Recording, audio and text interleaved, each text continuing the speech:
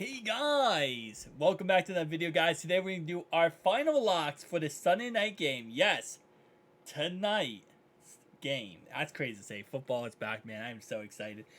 Tonight's game between the Cowboys and the Giants. We're breaking down my final players I'm going with and who I like and who I don't like.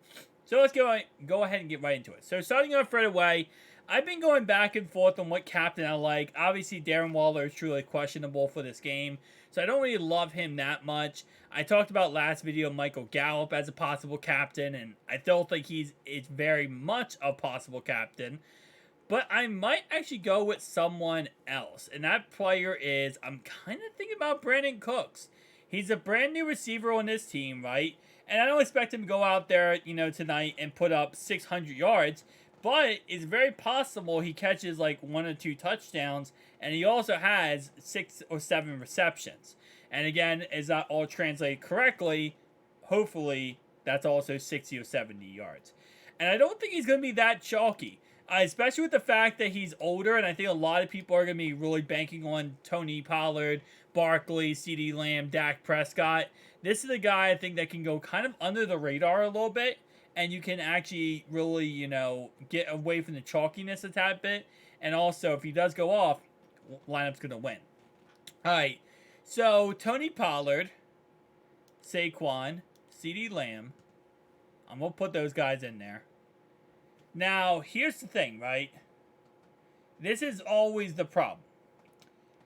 If Brandon Cooks does good, right, do I need to have Dak Prescott in my lineup? Let's say, Brandon Cooks goes out there and catches the ball, 100 yards, 9 receptions, and he has 2 touchdowns, right? Well, that's 4 points for Dak for the yardage, right? The touchdowns, okay, that's pretty good. But the touchdowns are only 8 points. So that right there for Brandon Cooks alone would be 17 points. So receptions, Dak doesn't get any points for it, right? So, actually, no, that's not so. What did I say? 4 plus 8. That's only 12 points, yeah. Yeah, I don't know what I'm thinking there. So, that's only 12 points from alone from Brandon Cooks. So, let's say the rest of the game, it's Tony Pollard's show, and he goes off and he rushes like crazy. Then Dak could finish the game with 15 points. He's not going to be in the winning lineup. So there is scenarios where, yes, you could make the argument that, Cooks is going to do really, if Cooks does really good, then that means you need Dak Prescott. How I kind of look at it is if you have more than 2 receivers, then you want to have the quarterback in your lineup. Now, I do have 2 receivers, but I'm saying if you have more than 2. Because Lamb could also, again, go out there and have 7 receptions. Go out there and have, let's say 80 yards, and Dak's going to get a boost, but not that much. And if he doesn't score touchdowns, he's not going to be the, Showdown Slate champion, and Dak won't either. So, again, like I said, it's kind of those situations where you don't always have to. If you are going to stack up multiple receivers from one team, though, that's when you're probably going to want to do that.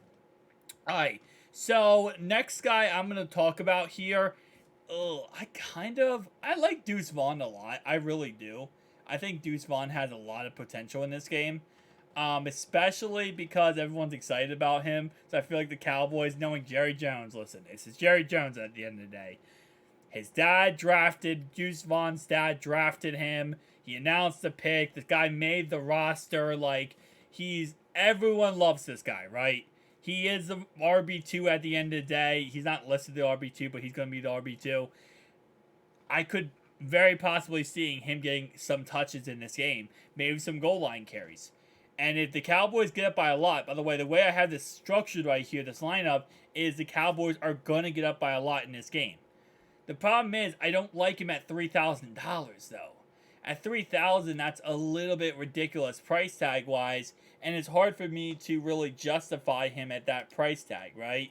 Because if I do try to justify him at that price tag, I mean it's not gonna work. It's not gonna work at all. But I do really like him in this game. That he's one of those sneaky plays that I think could actually have a pretty dang good day. But other than that, though, like I said before, I don't really love too many of these other options. I really don't. I mean, Hyatt, I'm okay with. I think he's a promising rookie and potentially could go out there and play some good football. But if I go with him, there's not many other options I like on this team outside of him.